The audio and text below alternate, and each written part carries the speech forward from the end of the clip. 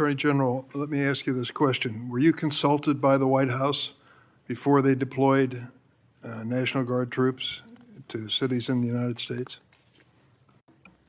I am not going to discuss any internal conversations with the White House. You won't even say whether you talked to the White House about this? I am not going to discuss any internal conversations with the White House with you, Ranking Member. I noticed that. What's the secret? Why do you want to keep this secret? This exchange between Senator Dick Durbin and Attorney General Pam Bondi began with one question and spiraled into one of the most explosive confrontations of the hearing. Durbin pressed for transparency. Bondi deflected, defended, and ultimately lashed back. What followed was a political collision that revealed more about accountability than either side intended. I've been on this committee for more than 20 years. That's the kind of testimony you expect from this administration. A simple question as to whether or not they had a legal rationale for deploying National Guard troops becomes grounds for a personal attack. I think it's a legitimate question. It's my responsibility. She refuses to answer as to whether she had any conversation with the White House about deploying national troops to my state. That's an indication, I'm afraid, where we are politically in this place. Let me ask you another question. I want to, if you will, hold on a second. Make sure I got the right page of facts here. You testified under oath when you last before this committee that before your appointment to Attorney General, you had served as a representative of some sort for the royal family of Qatar. There was an issue that came before you in May when President Trump accepted a $400 million luxury jet from the royal family of Qatar for temporary use as Air Force One before it's permanently gifted to the Trump Presidential Library Foundation. The Constitution unequivocally bestows on Congress the power to control whether any officer of the United States, including the President, may accept a gift, quote, from any king, prince, or foreign state, end of quote. And this gift clearly violates the statutory regime enacted by Congress. You've refused to answer a letter I sent to you 5 months ago asking the legal rationale you relied on to advise President Trump to accept this unprecedented gift from your former legal client. Can you make a promise today that you will disclose that? Disclose what, Ranking Member? I assume there was a letter or some sort of statement from your office to the White House to advise them that you felt it was permissible? First, to address my role with Qatar, as I addressed with you during my confirmation hearing, I disclosed it in my SJQ. In private practice, I worked for Qatar for anti-human trafficking for the World Cup. That was my only involvement, and I made that very clear, and I'm very proud of everything I've done with anti-human trafficking.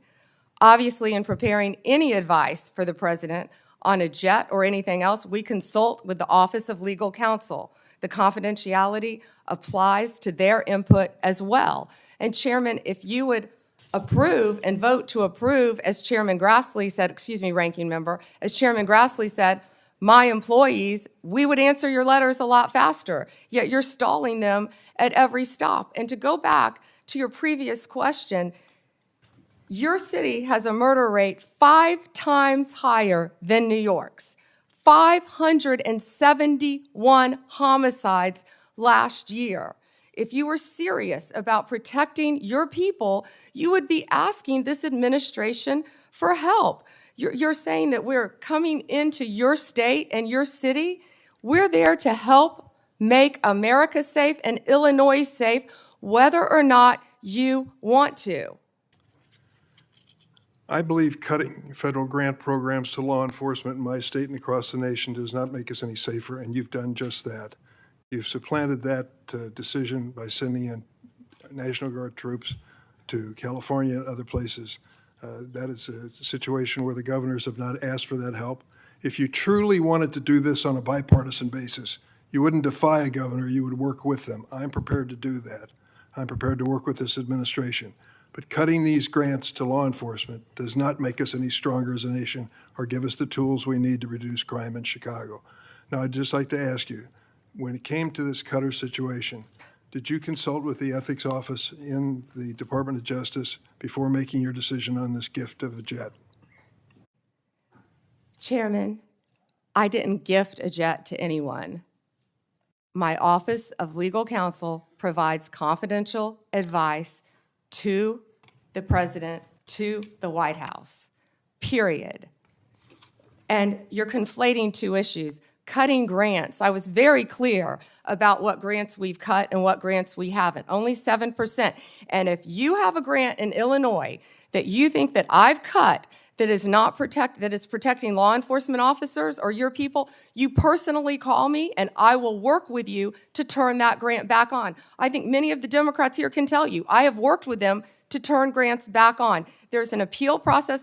Tell me a specific grant that I have turned off in Illinois that would help law enforcement, and I will work with you. But you have not done that. Did you take a look? The National Guard is on the way right now as we speak. Oh, by the way, so is Director Patel and Deputy Attorney General Todd Blanche. You're sitting here grilling me, and they're on their way to Chicago to keep your state safe. Madam Attorney General, it's my job to grill you.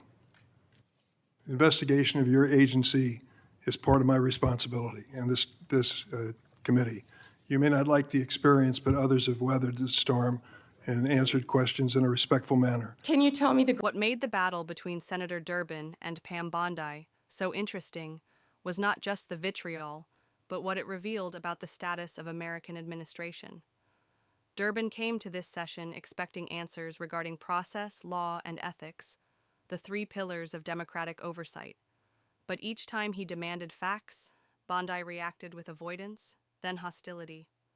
Her refusal to acknowledge internal conversations, dismissal of ethics concerns about Qatar, and shift to Chicago crime figures were more than simply linguistic deflections. They revealed a Justice Department that views oversight as hostility. This was not a partisan discussion, it was a test of accountability. When a sitting senator inquires whether armed personnel were deployed in his home state without coordination, no comment is not a legal defense, it's a political issue. Durbin's tone sharpened as he realized the stakes. Secrecy in domestic military deployment weakens both state sovereignty and public trust. Bondi's use of the term confidentiality and her declaration that National Guard personnel were being dispatched to keep your state safe had a clear implication. Federal authority trumped state assent. It was a disturbing reminder of the presidential overreach that congressional oversight is designed to avoid. Her ethical entanglements with Qatar damaged trust even further. By refusing to clarify her involvement in advising on a multi-million-dollar foreign gift to the president, Bondi created the impression that personal allegiance trumped institutional duties.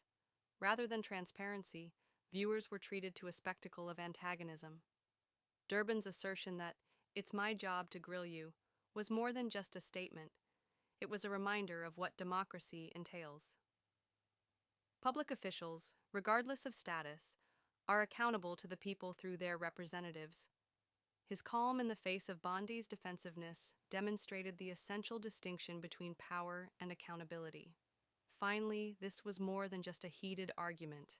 It was a lesson in contrast. Durbin symbolized scrutiny, while Bondi represented opacity. When transparency becomes negotiable, democracy weakens.